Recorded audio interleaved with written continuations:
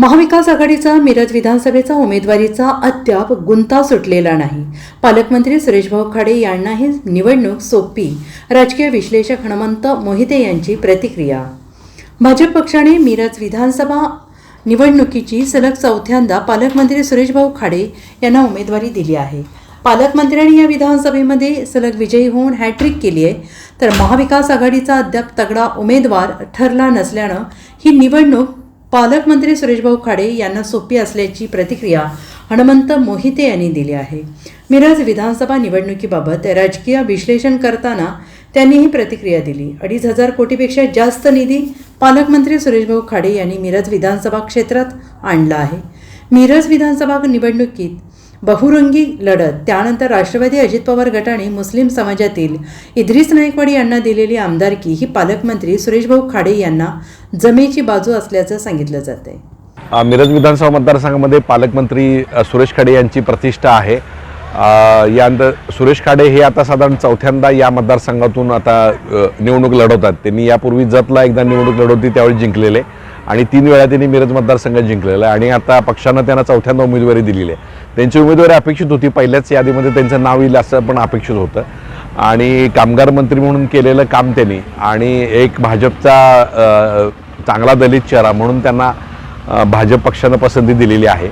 आता त्या मागच्या निवडणुकीमध्ये बाळासाहेब होनमोरे हे स्वाभिमानी पक्षातर्फे त्या ठिकाणी लढवले होते आणि त्यांना साधारण 70,000 मतं पडलेली होती आणि जवळजवळ 30,000 मतांनी सुरेश खाडे जिंकलेले होते. पण यावेळी मात्र सुरेश खाडेंच्या विरोधात कोण लढायचं ह्याच्याबद्दल महाविकास आघाडीमध्ये एक प्रचंड गोंधळ दिसतोय.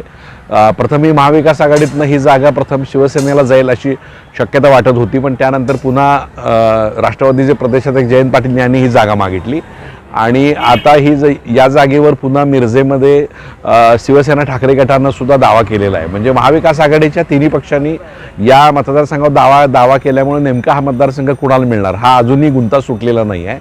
यामध्ये काँग्रेसनं जे खाडे यांचे सुई सहाय्यक होते पूर्वी मोहन वनखडे यांचा पक्ष प्रवेश करून घेतला, त्यामुळे त्यांना उमेदवारी मिळेल असं वाटत होतं. पण प्रत्यक्षात मात्र शिवसेनेनं ही जागा आम्हाला हवी म्हणून सिद्धार्थ जाधव यांच्यासाठी प्रयत्न सुरू केले. दरम्यान राष्ट्रवादीचे प्रदेशाध्यक्ष जयंत पाटील यांनी बाळासाहेब होनमोरेंसाठी या जागेचा आग्रह धरलेला आहे आणि अजूनपर्यंत तरी या जागा ही महाविकास आघाडीच्या कुठल्या पक्षाला जाणार हे झालेलं नाही.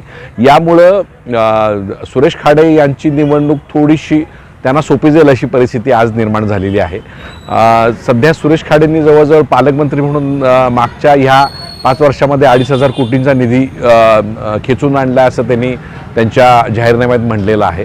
या उलट तिथं कामगार मंत्री म्हणून एक चांगली योजना सुरेश खाडे यांनी राबवली होती.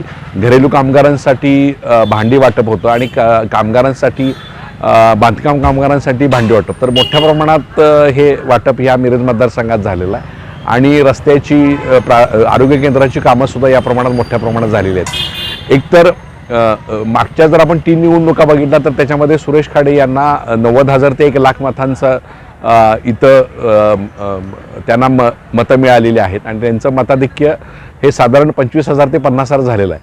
पण यावेळी मात्र विरोधकांच्या मध्ये अजिबात एकी दिसत नाही आणि विरोधकांची एकी नसणं हे सुरेश खाडे यांच्या पथ्यावर पडेल अशी परिस्थिती आहे.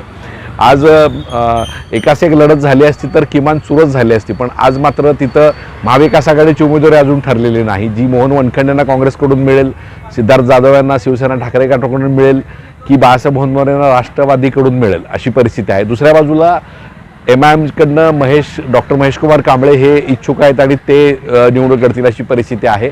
वंचित बहुजन आघाडीकडून विज्ञान माने यांनी उमेदवारी घोषित केलेली आहे, पण इथं सुद्धा वंचित बहुजन आघाडीकडून जे त्यांचे प्रदेश नेते आहेत इंद्रजित घाटे ते सुद्धा नाराज आहेत, त्यामुळे ते सुद्धा इथून लढतील का काय परिस्थिती आहे.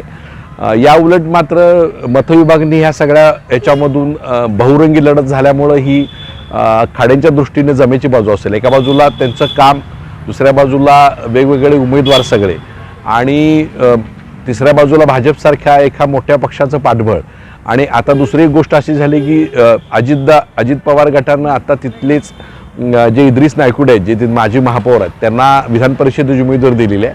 त्यामुळे मुस्लिम समुदायाचा पाठिंबासुद्धा सुरेश खाडेने मिळू शकतो. म्हणजे जे महाविकास आघाडी दलित मुस्लिम आणि मराठा या कॉम्बिनेशन जिंकली होती त्यातला मुस्लिम समाजाचा एक बराच मोठा भाग हा त्यांना जाईल असं वाटतंय. आणि दुसरी गोष्ट जी लाडकी बहीण योजना आहे त्याच्यामुळून जवळजवळ 1,00,000 साधारण 70,000 महिलांचं मतदान हे मिरज मतदारसंघातलं आहे. लाडकी बहीण योजनेतलं एक चांगलं मतदान यावेळेला महाविकास आघाडीकडे जाईल अशी परिस्थिती आहे. महिलांच्या मधून आपण जर वेगवेगळ्या सोशल मीडियातून बघितलं तर महिलांना अतिशय त्याच्याबद्दल चांगली प्रतिक्रिया दिलेली आहे. तर याचाही फायदा सुरेश खाडेंना होईल. आणि सुरेश खाडेंची आत्ता तरी इथं थोडी बाजू वरचढ दिसते आहे. एका बाजूला विरोधक विखुरले गेलेले असताना सुरेश खाडेंचं वोटिंग कन्सॉलिडेट झालेलं आहे आणि त्यांचं काम आणि पक्ष त्याच्या मागं भक्कमपणे आणि विविध पार्टीमध्ये त्यांचा असलेला संपर्क म्हणजे आज काँग्रेसचे काही नगरसेवकांनी त्याने पाठिंबा दिला असंच बोललं जातो. मिरज पॅटर्न आपल्याला समोर जातो. तर बरेचसेच इतर पक्षातले नेते सुद्धा त्यांना पाठिंबा देतील अशी परिस्थिती आज आहे. त्यामुळे सध्या तरी सुरेश खाडेंना या मतदारसंघातून एज आहे अशी परिस्थिती निश्चित आपल्याला म्हणावी लागेल. Bureau report SBN Marathi.